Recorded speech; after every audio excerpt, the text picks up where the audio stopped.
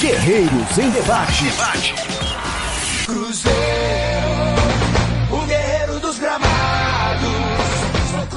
Boa noite, amigo ouvinte da Rádio Guerreiro dos Gramados. 21 horas, horário de Brasília. Começa aqui o seu Guerreiros em Debate, o programa especial onde a China Azul para, pensa e reflete com tudo o que acontece no maior clube de Minas Gerais, o Cruzeiro Esporte Clube.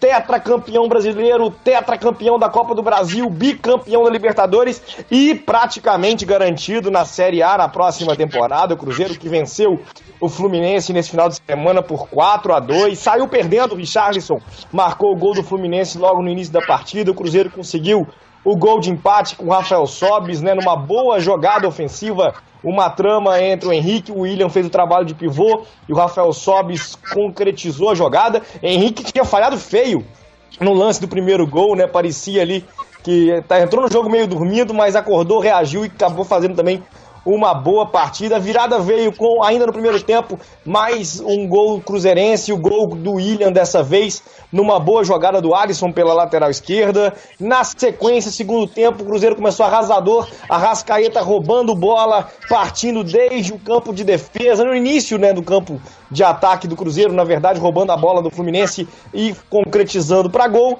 E a virada cruzeirense consolidada com o quarto gol, marcado pelo... agora estou pensando, lembrar do quarteto todo, marcado, teve o gol do Arrascaeta, marcado pelo Alisson, no passe do Arrascaeta, inclusive fazendo mais uma assistência também, o Arrascaeta destacadamente com bons números na temporada. No finalzinho o Fluminense diminuiu o gol contra do Ábila em cobrança de escanteio. A vitória colocou o Cruzeiro numa situação relativamente tranquila, chegando aos 44 pontos. O Cruzeiro ainda não garantiu matematicamente a permanência na Série A, inclusive porque o Sport está vencendo nesse momento o Grêmio por 2-0 em Porto Alegre. Houve uma campanha intensa dos gremistas para time misto hoje, para que o Grêmio não fizesse um grande jogo, pensando no rebaixamento do Internacional. O Sport vai vencendo por 2-0 e ficando na cola do Cruzeiro, na 14ª colocação, o Sport com 43 pontos, o Cruzeiro com 44 pontos é o 13º, na briga ainda para conseguir uma vaga na Sul-Americana. Os 13 primeiros, do 7º, na verdade, até o 13º, se o campeão da Copa do Brasil ficar no G6. A gente vai ter a classificação para a Sul-Americana. É o objetivo imediato do Cruzeiro, pelo menos garantir aí uma classificação para a Sul-Americana, já que na temporada que vem vai poder disputar a Copa do Brasil e Sul-Americana ao mesmo tempo. Eu começo o nosso programa convidando vocês a participarem com a gente pelo Twitter, utilizando a hashtag RádioGDG. Então você entra no seu Twitter e coloca no início, no meio, no final do seu recado, não importa a ordem, hashtag RádioGDG, e deixa o seu recado pra gente, participando aí também. A gente já tem aqui um pessoal deixando os seus primeiros recados, o Jair Júnior dizendo que preocupa pro ano que vem é a diretoria, que vai continuar por mais um ano, não deve trazer reforços bons, criticando, por exemplo, o trabalho do Thiago Escuro, dizendo que devia demitir o Thiago, que foi fazendo péssimo trabalho, além de ficar se escondendo da torcida. Eu acho que o Thiago em janeiro não teve muitas condições de trabalhar, em julho foi muito bem no mercado. Acho que merece aí mais uma janela para poder mostrar sua competência na reformulação do elenco. Nessa é a minha opinião, por exemplo. A outra forma de participação com a gente pelo Twitter é via enquete. A gente colocou 4 enquetes no ar. Hashtag enquete GDG. Que nota você dá para a atuação do Cruzeiro no primeiro tempo contra o Fluminense? A maioria dando nota 7, com 58%. O segundo tempo começou ainda com a avaliação ainda mais positiva. Que nota você dá para a atuação do Cruzeiro no segundo tempo contra o Fluminense? 69% nota 7.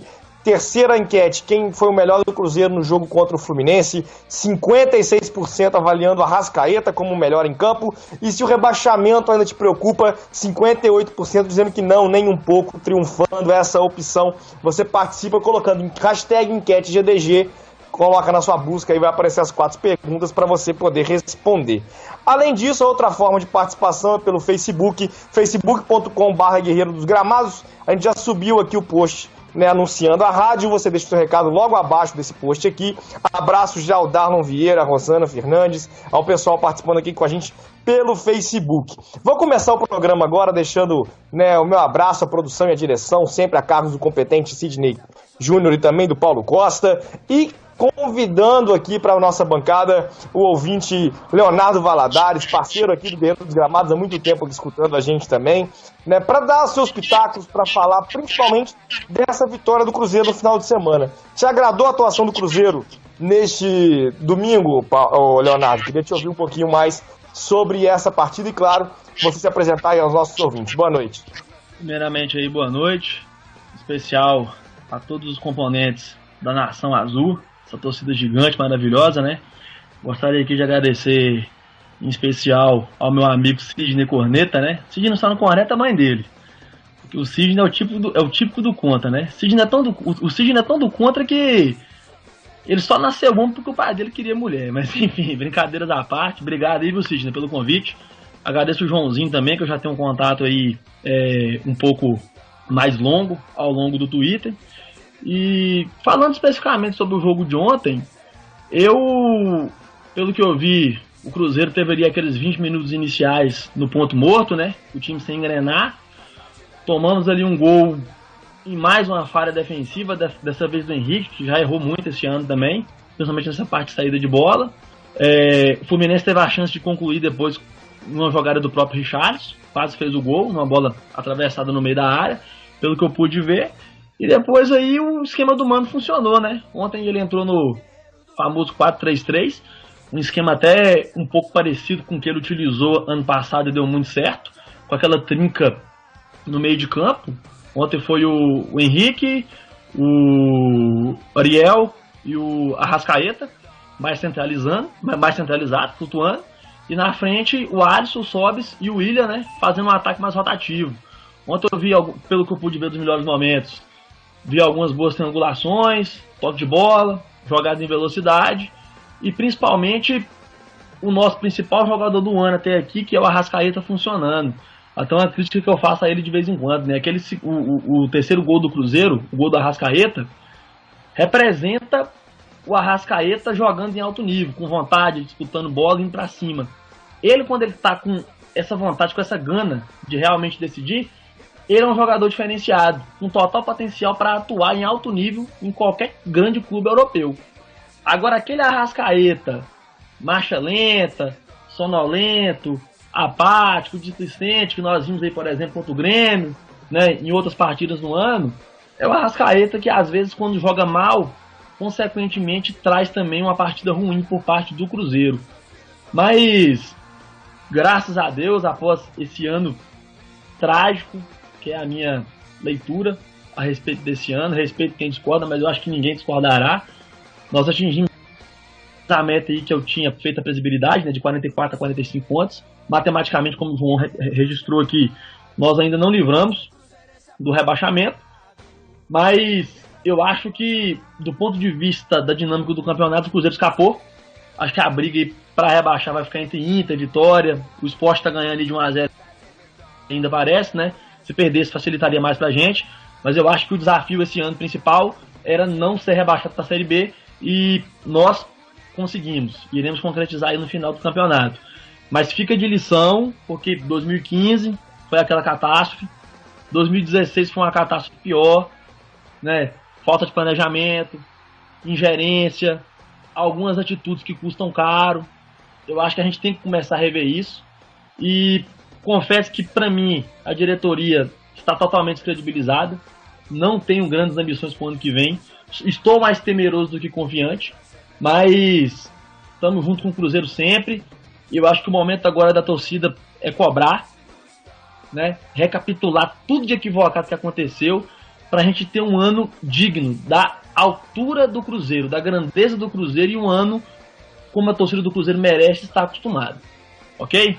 É isso aí, Leonardo. Daqui a pouco a gente fala também um pouco sobre essas perspectivas para a próxima temporada, né? Acho que é um ponto importante já, até porque a gente vai ter 10 dias sem jogos até o Cruzeiro enfrentar o Sport na próxima rodada. Um duelo que vai valer pelo menos a 13ª colocação, né? Se o Sport confirmar essa vitória, tá vencendo por 2-0 já, na verdade. Marcou no início do segundo tempo com o Rogério. O Diego Souza marcou um golaço né, no finalzinho do primeiro tempo também.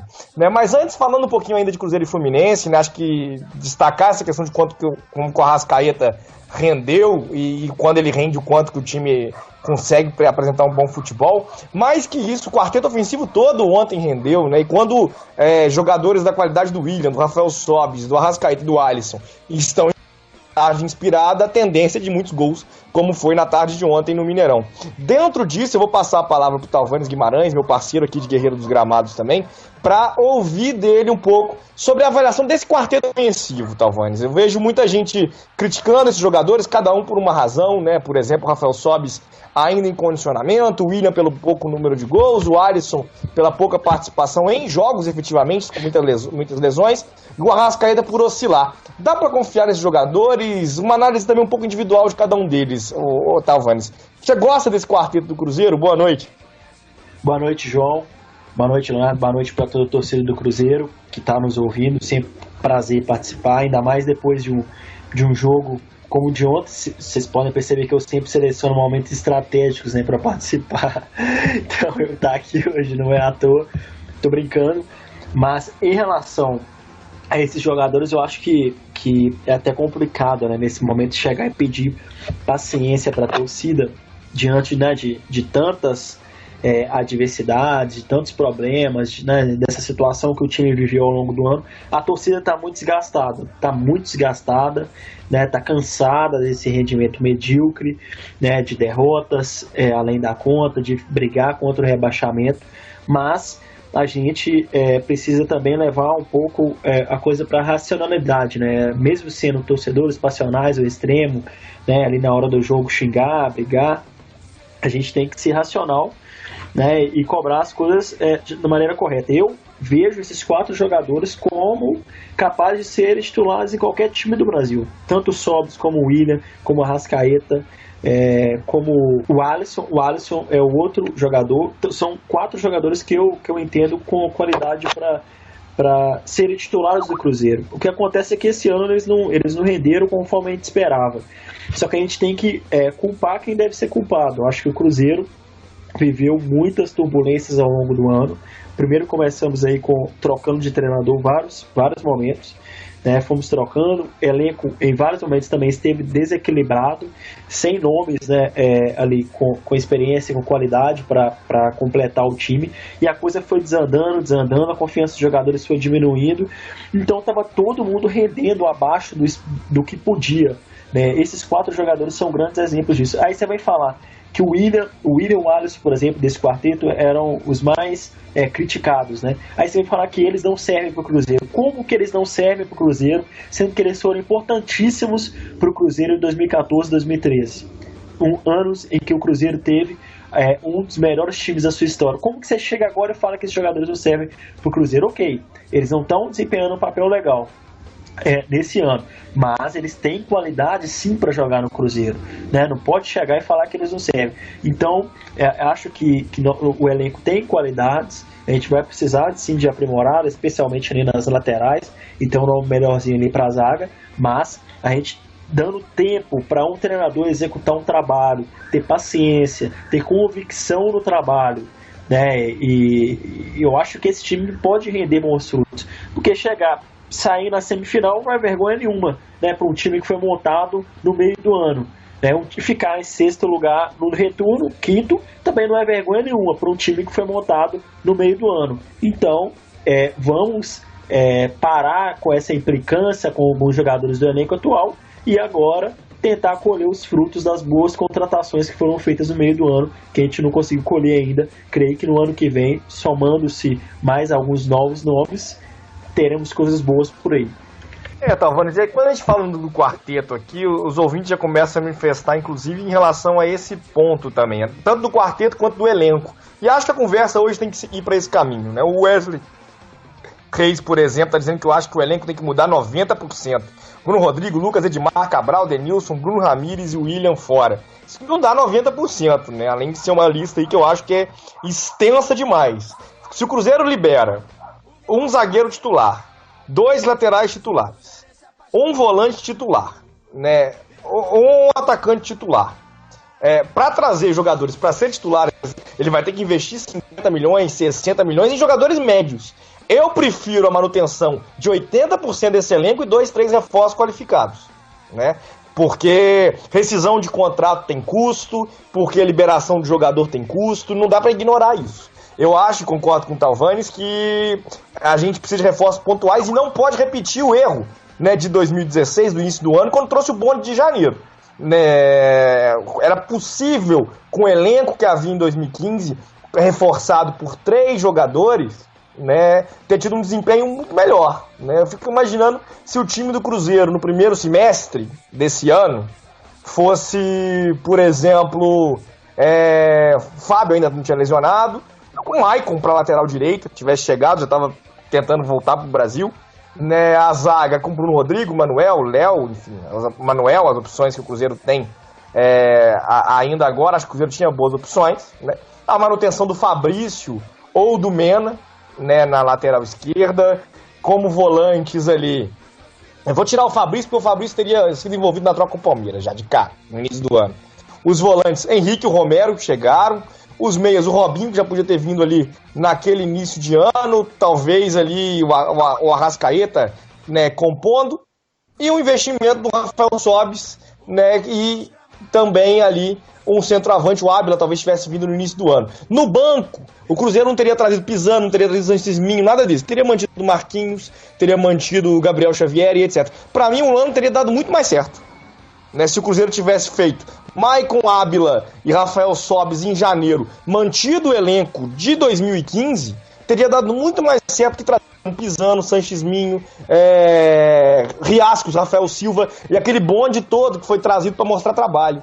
Né? Tem que tomar cuidado com essa situação de reformulação. Discordo de você, Wesley. Acho que a reformulação tem que ser bem pontual e a grana tem que ser voltada para qualificar o elenco, né? Principalmente com peças para serem titulares. O Daniel Damasio está ligado no nosso convite aqui, ligado também no Guerreiro dos Gramados. A gente agradece a audiência. E o Júlio César, Léo, eu quero que você fale um pouco sobre esse papo dele aqui. Acho que é interessante. Ele está dizendo que não dá para entender o Ábila que vinha fazendo gol e foi tirado do time e o William na sua pior fase virar titular. O errado, então, é fazer gol, né? E ainda diz que o Ábila vinha marcando gols importantes, o Mano vai acabar queimando ele, lamentável. O Ábila tinha diminuído, né, o número de gols. Teve um início muito bom. E eu fico pensando, às vezes, até na questão física ou tática. Muita gente criticou o Mano por tirar o Robinho no intervalo contra o Grêmio em Porto Alegre, por exemplo. Eu achei que foi uma saída, né, muito ruim. Claramente, o Robinho estava jogando muito bem no primeiro tempo, mas o Robinho machucou.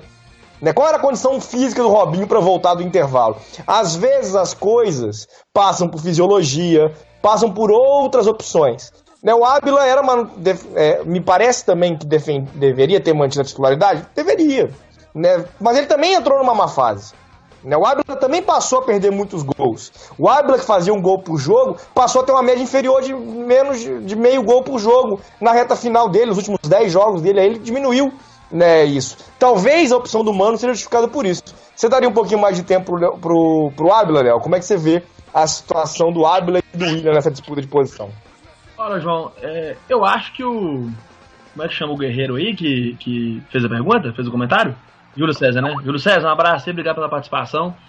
A minha análise é a seguinte: eu acho que a interpretabilidade do Mano foi tática. Evidentemente que o Ábila, por números, é o titular absoluto do time do Cruzeiro.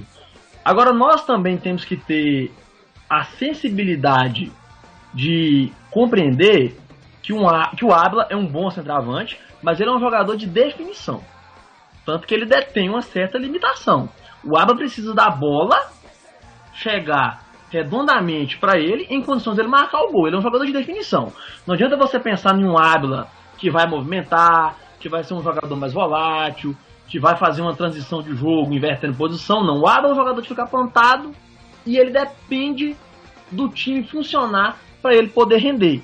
E nos últimos jogos, nessa questão tática, o time não funcionou tanto. Ontem, nesse ano de 2016, eu sou o torcedor que mais critica o Willian do Bigode. Tanto que eu até acho que o Willian do Bigode tem potencial, mas eu acho que ele precisa, opinião minha, eu acho que o Willian do Bigode precisa encontrar o futebol dele vestindo outra camisa em 2017. Acho que ele já perdeu o clima, a identificação, vamos chamar de tesão de jogar no Cruzeiro, é a impressão que eu tenho. Mas ontem a escolha do Mano foi super pertinente. Dentro da dinâmica do jogo, ontem o quarteto aí ofensivo com Arrascaeta, Sobis, Alisson e o William, com muita movimentação, com velocidade, com triangulação, com jogada mais aguda, proporcionou a vitória pra gente. Às vezes com o Ábila, o time não poderia ter sido tão volátil. Nós não poderíamos ter alcançado uma vitória tão fácil a partir ali dos 7 minutos do segundo tempo, como foi. Mas eu acho que o Ábila é sim o centroavante para 2017. Acredito que a partir da pré-temporada o Mano Menezes vai encontrar um esquema ainda mais eficaz para o Ábila poder render, posto que o Ábila depende que o time jogue em função dele. Teve essa má fase, não vou chamar de má fase, mas eu acho que o desempenho, né, decaiu, comparado com como ele começou, que era gol todo jogo, os números exorbitantes, tanto que se ele tivesse mantido, possivelmente hoje, se o Ábila tivesse mantido a média dos 6 primeiros jogos dele pelo Cruzeiro, possivelmente hoje ele seria artilheiro do Campeonato Brasileiro, salvo me engano, se não fosse artilheiro, ele seria o vice-artilheiro, né? Então, essa é a visão que eu tenho. Acho que o Ábila decaiu como todo o time decaiu. E ontem eu acho que foi uma proposta tática do Mano Menezes. Mas eu, Leonardo, se for para mim escolher dentro de uma sequência, Ábila ao invés de William do Bigode. E acho que essa questão do William, né, ela tem chamado um pouco a atenção, né, porque ela divide a torcida do Cruzeiro. É quase que uma situação, o Sidney está coordenando as enquetes, é uma das perguntas que vai mover a torcida nessa reta final, né? O William deve permanecer, não deve permanecer. A gente tem contexto, inclusive, no site do Emerson Araújo, nosso colunista, hoje falando exatamente disso. O Emerson é defensor da saída do William, né? O Paulo Barbosa aqui já mandou sua lista de dispensa também, com Brian, William, Bruno Rodrigo, Lucas, Gino, Nazário, Mike, Edmar, né, que seriam os nomes de dispensa dele. O Tairone está dizendo que o Cruzeiro precisa reformular boa parte do seu elenco também. Eu acho que a saída de 7 ou 8 reservas ali, a composição com 3 ou 4 reforços de qualidade, né, para qualificar o elenco, sobe alguns garotos, volta Judivan, volta Dedé também, Marcos Vinícius, o próprio Mike. Eu acho que a reformulação não pode ser exagerada, porque existe um custo, além da perda de entrosamento. O Cruzeiro está em 5º lugar no retorno, né, com um trabalho que teve início com a chegada dos reforços em julho. Né, então, é um elenco recém-formado, né, que mostrou uma qualidade e caráter competitivo. Não dá, ao meu ver, para tratar como se tivesse tudo errado no Cruzeiro. Agora, nesse caso do William, né, Talvanes, eu acho que vai chamar um pouco a atenção, porque isso vai dividir um pouco a torcida. Para mim, existe uma coisa que é básica, né? O William, ele me parece um pouco um fenômeno que acontece com o Fábio. Muita gente que tem voz no meio da torcida direciona a crítica para nomes como o William, como o Fábio. Mas quando você está no Mineirão, né, o Fábio e o William podem até ser vaiados uma vez ou outra por um grupo ou outro, mas são as referências, são os nomes mais gritados, né? Esses caras são referências para a torcida cruzeirense, né? O William ainda tem outro detalhe. O William já está sendo procurado por Santos, está sendo procurado por São Paulo. É um investimento considerável da história do Cruzeiro. Ele não é um jogador barato, né? Dentro desse sentido, não dá, ao meu ver, para tratar o William como qualquer coisa, né? Uma eventual saída do William, entendendo que existe um desgaste, etc., eu não me oponho, mas eu acho que a questão do William ela demanda 2 fatores.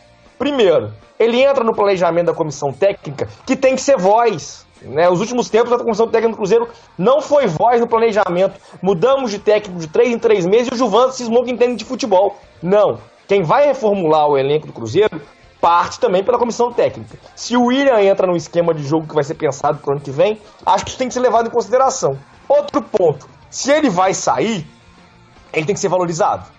Em que sentido? Não é para trocar pelo Michel Bastos na baixa no São Paulo, já em final de carreira. Ele vale mais que isso, né? O mercado dá mais valor ao William do que muito torcedor do Cruzeiro, né? O William é valorizado, não é à toa que o Santos está atrás, não é à toa que o São Paulo está atrás, né? Dentro disso, eu acho que me parece que um pouco essa questão.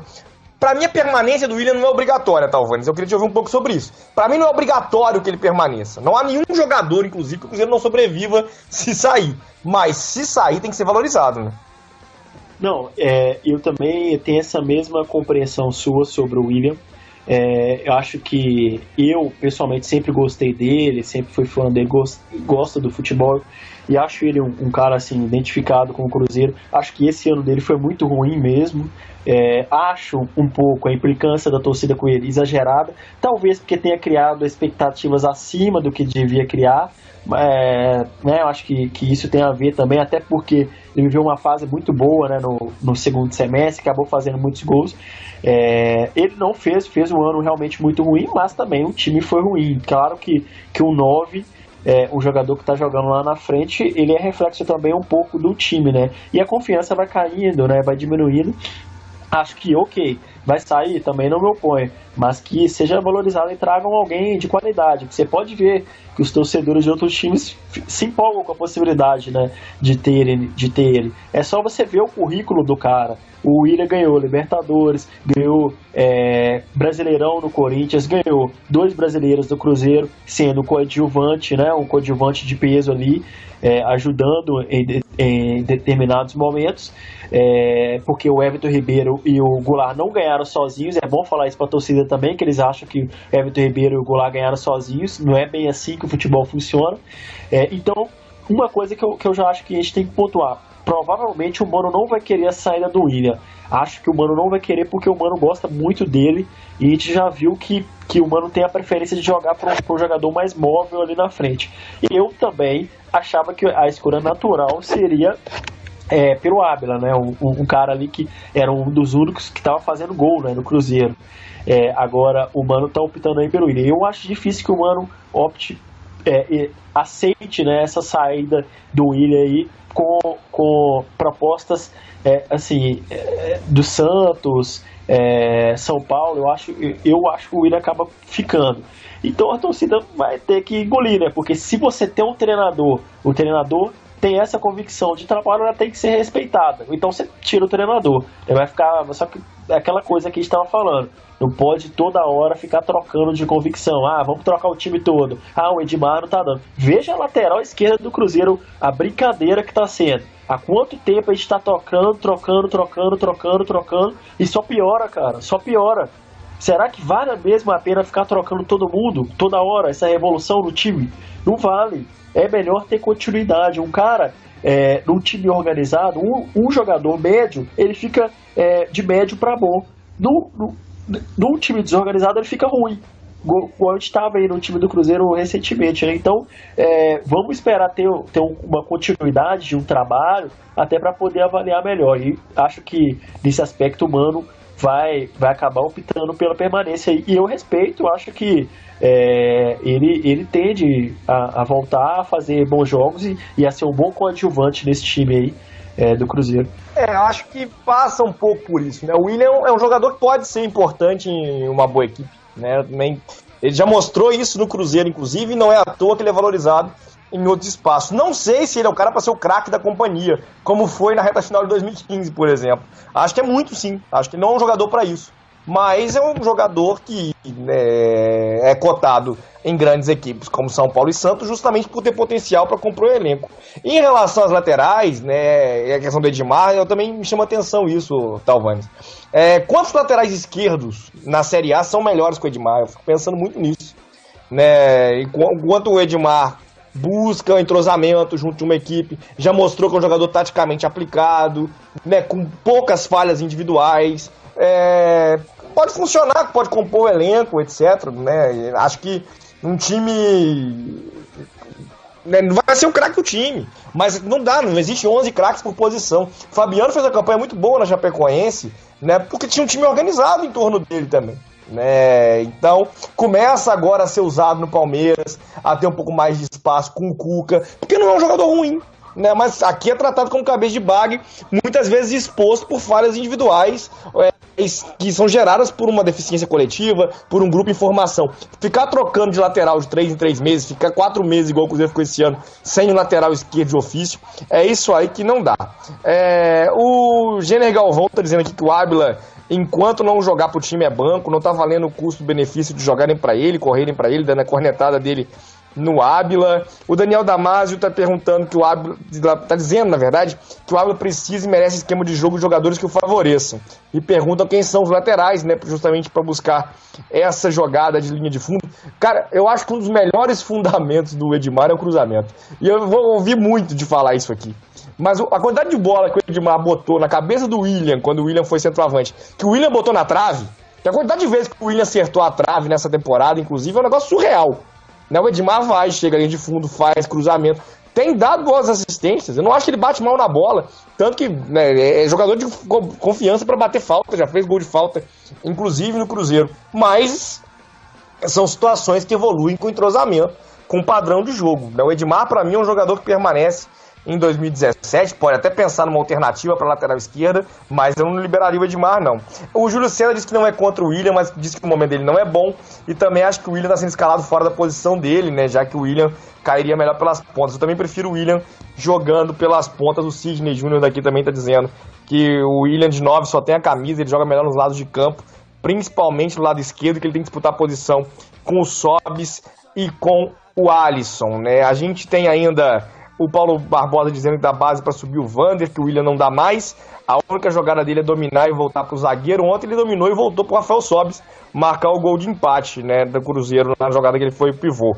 E o Daniel Damasio diz que o William tem espaço no elenco robusto que brigue por títulos, sendo titular, reserva, entrando com opção tática. Me parece isso também, né? O William é um jogador que pode ser um jogador como foi em 2013, 2014 e até importante como em 2015.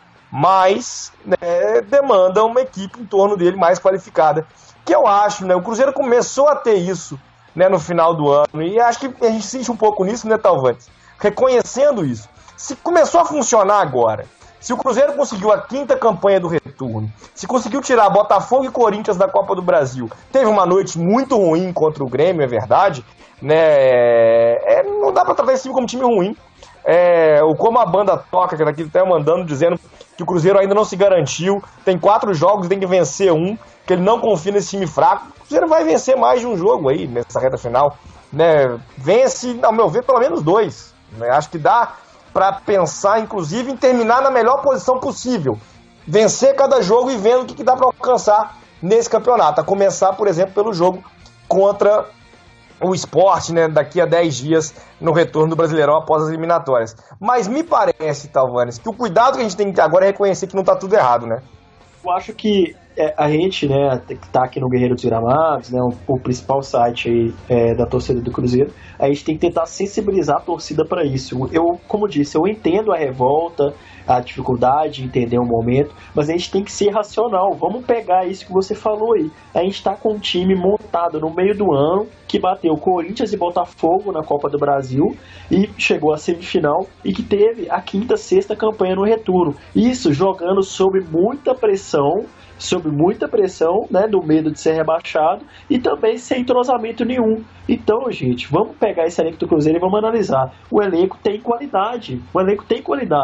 Esse time aí, esse mesmo time, desde o início do ano, era Libertadores garantido.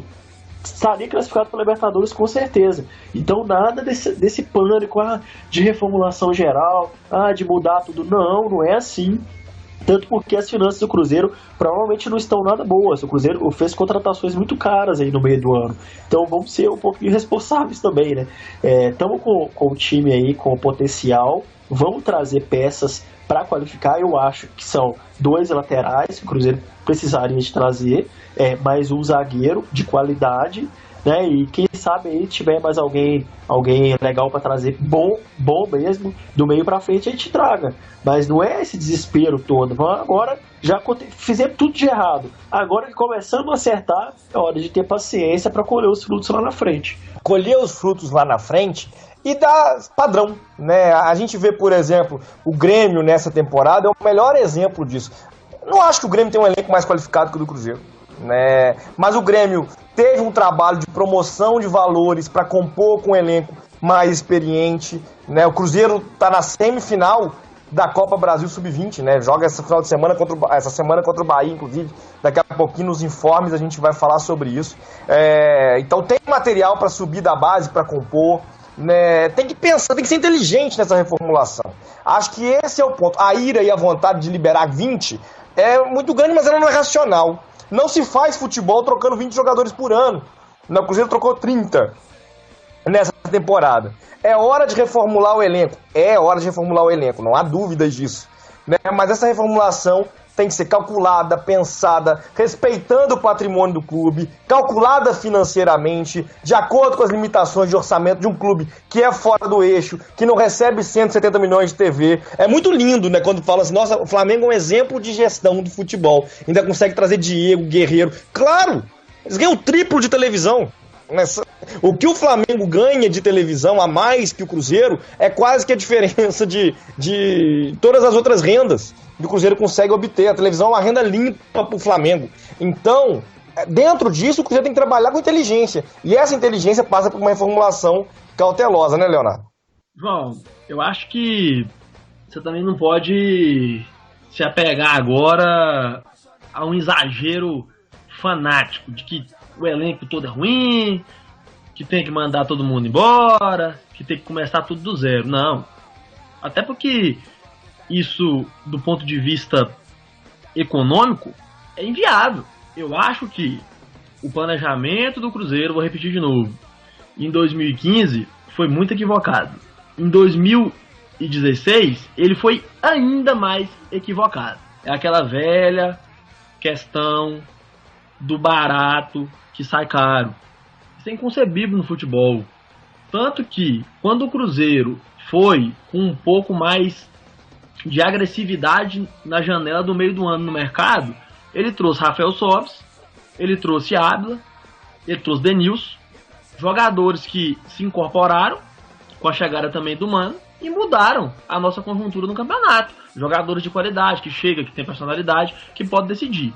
Então eu acho que concordo com o João, tem que haver responsabilidade financeira, responsabilidade fiscal, responsabilidade logística. Você tem que considerar tudo isso para fazer a contratação. Porque os recursos, além de estarem mais escassos, se você gasta mal em uma contratação, isso inviabiliza você depois ter que repor essa contratação ruim que você fez. Então é o dobro do prejuízo. Então eu acho que o nosso time, ele não tem o pior elenco do Brasil, longe disso. Nós temos um elenco, e até falei aqui agora no Twitter, um elenco de regular para bom, com mais algumas peças aí, pontuais, com qualidade, ele pode se tornar muito bom. Agora, tem que ter competência para ir no mercado e contratar. Laterais, precisamos preencher essas lacunas, de preferência com jogadores que cheguem para assumir a cátedra, vamos chamar assim, né, para assumir a posição. Com relação ao Edmar, eu e o João acho que somos os únicos que não vemos essa tragédia toda no Edmar como jogador, né? O Edmar é um lateral defensivo. A cultura dele é defensiva.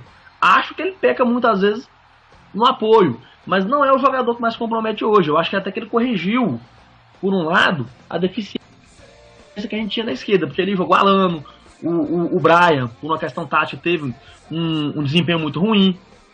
E também acho na lateral direita, nós temos um jogador que pode ser recuperado, que tem muito potencial, que é o Mike. Porque não é possível que eu não acredito nessa tese que o jogador desaprende a jogar, não acredito em mágica, não acredito que isso ocorre, não acredito em magia negra, porque se o Mike desaprendeu a jogar, é magia negra. A macumba que fez ele jogar em 2013, 2014 era muito forte.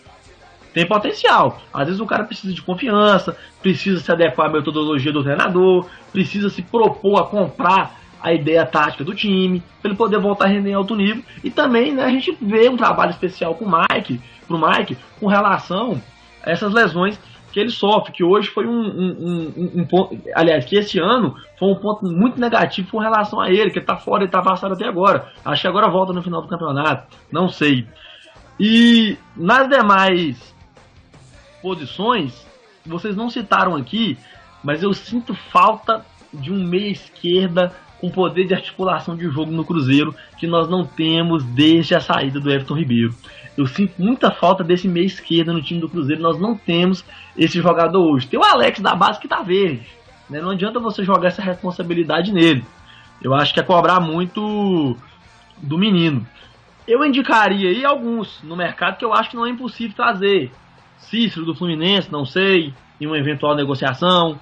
Michel Bastos, que tem esse problema aí de relacionamento, tem esse problema de lidar com o elenco, mas é um jogador que tem personalidade, que se bem trabalhado poderia agregar positivamente ao elenco do Cruzeiro.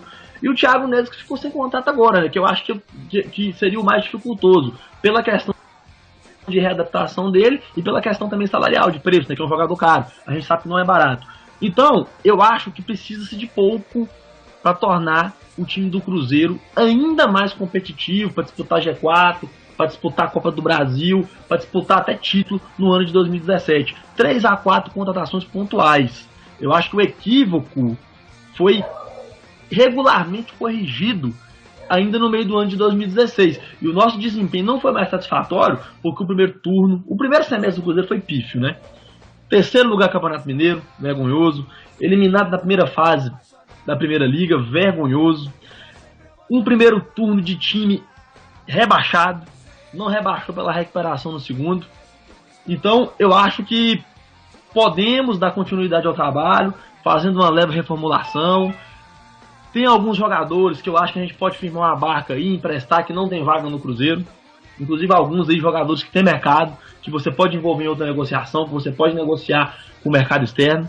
Eu acho que não é tão dificultoso formar um time mais competitivo para o Cruzeiro no ano de 2017. Somente pegando um gancho aqui, galera, gostaria de mandar um abraço aqui para alguns grupos do Twitter aí, né? O pessoal do Manos do Twitter, do Galera do Twitter, aqui do maior do Brasil, aqui da região de Brasília. Um abraço especial aí pro Fernando, pro Anthony, pro Evandro, pro Lohan, pra Ana, pro Douglas lá de Montes Claros, pro Pablito da Fanat Cruz, pro Cris Favela da Fanat Cruz, pra todo esse pessoal que sempre tá fazendo um trabalho aí especial em prol do bem do Cruzeiro, que eu acho que esse é um bem comum pra todos nós. Um abraço a todo mundo aí, galera. Obrigado pela audiência. O pessoal do Twitter também. O Leonardo tá dando abraço, mas você vai falar ainda, Leonardo. Acabou sua participação ainda não. A gente segue com um programa aqui. Como a banda toca, tá dizendo que o William não tá jogando nada, pode ir embora, mas não merece carregar a cruz, tá jogando num time com um elenco ruim. O Edgar Rabelo falando que vai se preocupar com o ano que vem se a diretoria continuar com esse planejamento ruim. O Júlio César querendo um meia também, né? Tá dizendo que o Rafael Sobis não deveria jogar mais próximo à área, o Rascaeta pelas beiradas, e o Cruzeiro trazer um 10, por que não o Montijo? Eu gostaria muito do retorno do Montijo, e acho, né, das 3 soluções que o Leonardo apresentou, 2 muito boas, Cícero e Thiago Neves. Acho que o Thiago Neves é aquele jogador, inclusive, que vai chegar no Brasil colocando o time dele no novo patamar. Tipo aquele cara que não deu certo no Cruzeiro, que fez 2 gols hoje, terminou Sport e Grêmio. O Diego Souza fez o 3º gol do Sport 3 a 0. Diego Souza fazendo um excelente campeonato. É um ponto que é importante. Quem era destaque em 2008, 2009 e ainda joga bola é craque diante do futebol brasileiro atual. Porque quem é mais ou menos vai pra fora, os jovens mais ou menos vão pra fora, e aí quem tem 35, 34 e tá voltando, volta jogando muito acima do nível daqui, né?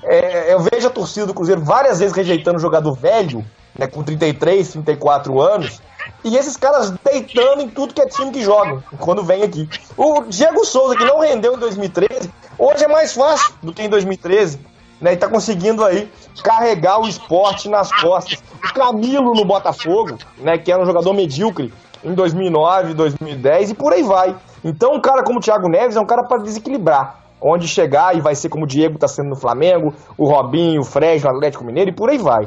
Você tem que perder esse preconceito com esse tipo de jogador, porque é justamente esse tipo de jogador que tá faltando no Cruzeiro, né?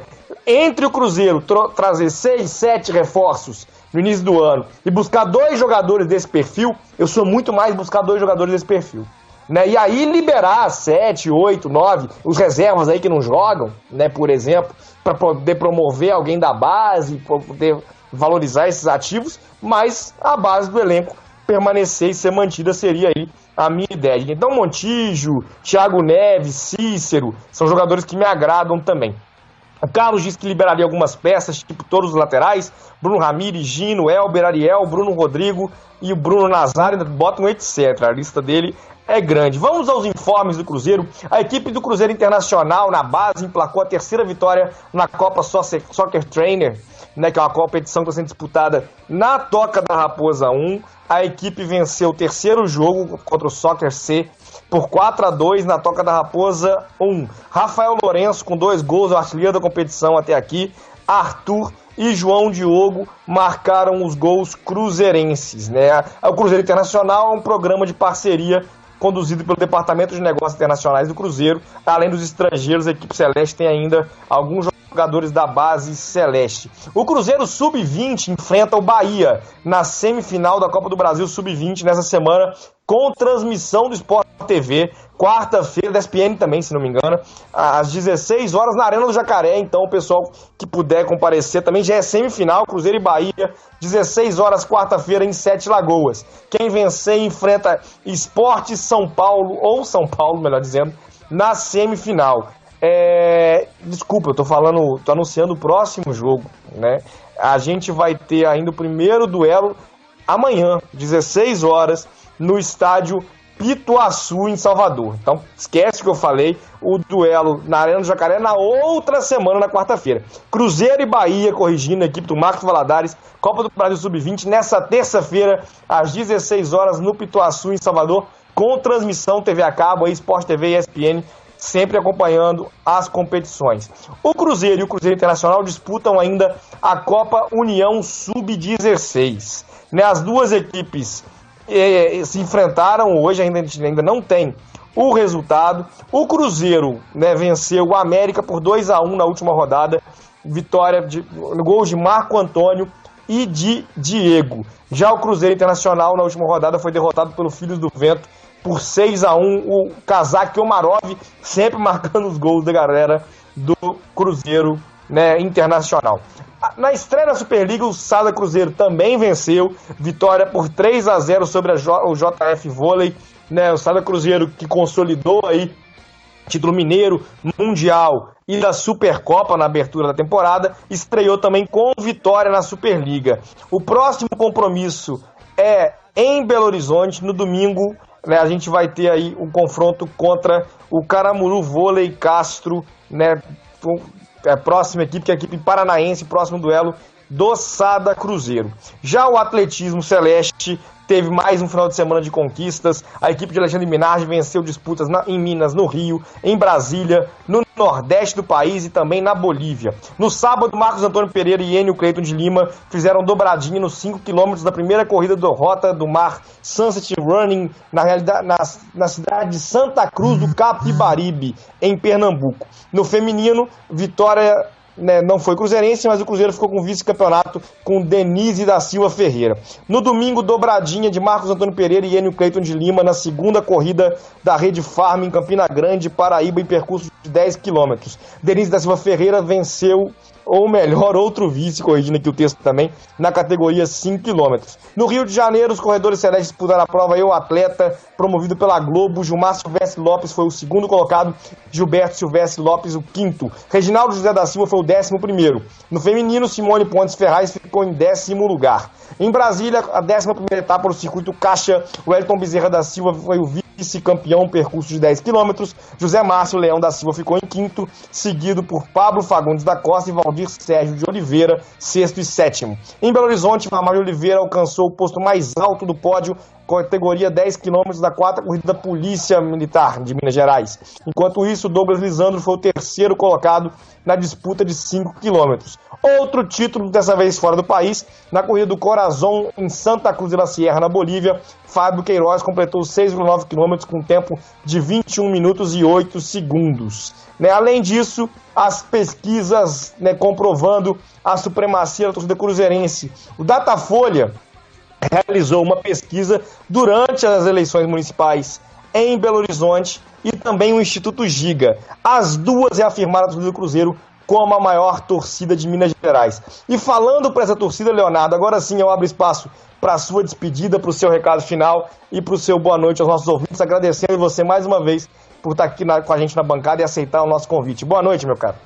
Ô, João, eu que agradeço vocês, o Sidney, o Talvanes, pela oportunidade.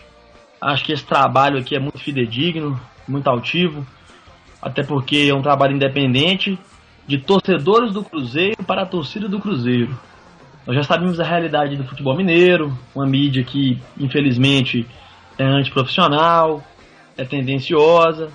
Então, eu sempre defendi muito essa perspectiva da gente fazer um trabalho próprio para poder dialogar, ouvir as demandas, as críticas, né, e a opinião da nossa torcida. Porque aqui nós somos torcedores. Então, o que está errado a gente fala, o que está certo a gente fala, e cada um emite sua opinião.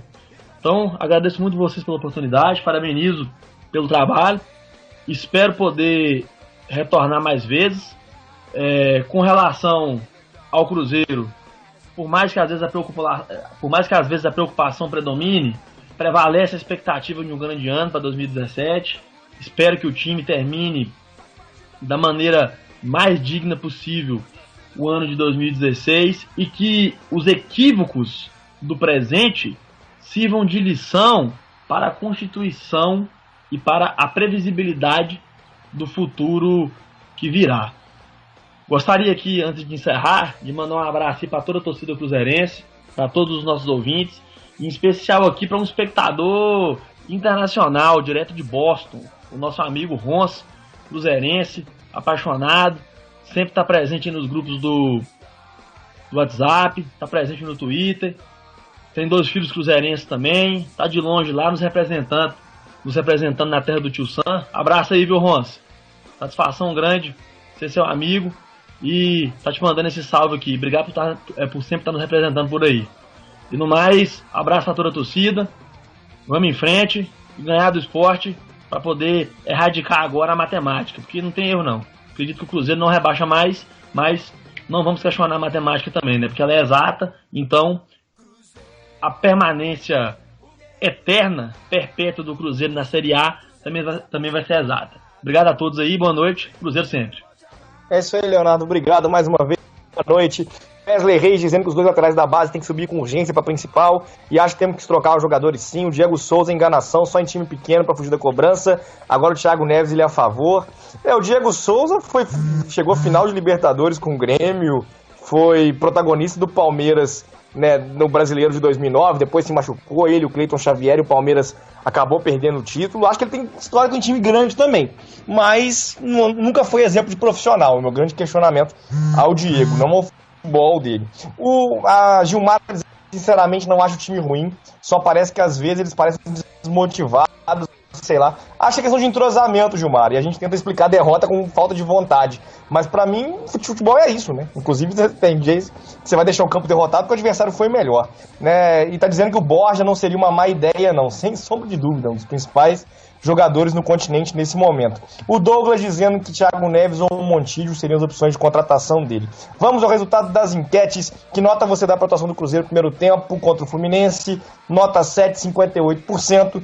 Nota 7, 67%. É a nota do segundo tempo. Segundo tempo agradou mais os torcedores, então, principalmente o início arrasador do Cruzeiro na segunda etapa. Quem foi o melhor do Cruzeiro no jogo contra o Fluminense? Arrascaeta levou a melhor com 56% dos votos. E se o rebaixamento ainda te preocupa, a maioria tranquila, não, nem um pouco, 58%. Agora sim, Talvanes, passo a bola para você, agradecendo também mais uma vez a você pela participação. Sempre um prazer poder conversar com você, meu cara, e está aberto espaço para sua despedida. Boa noite. Boa noite, João. Boa noite, Leonardo. Boa noite para toda a torcida do Cruzeiro. Prazer também participar. Eu gosto muito bom bater esse papo com vocês. A gente já bate papo direto já no Twitter, mas aqui também é sensacional. Então acho que estamos caminhando já pro fim, né? O Grêmio acabou entregando ali pro Sport. Vamos ter uma batalha lá em Recife. Vamos ter que ir com bastante empenho, bastante concentração, mas a gente tem totais condições de sair com a vitória. E reforçar, né, que pro ano que vem, o que eu espero é a manutenção do elenco e a possibilidade de trazer alguns nomes, igual você citou aí, né, o Cícero, o Thiago Neves, trazendo 2 jogadores desse aí, mais um lateral, mais um zagueiro, ou um zagueiro já estaria satisfeito. Eu acho que a gente tem que procurar esse tipo de jogador, entendeu?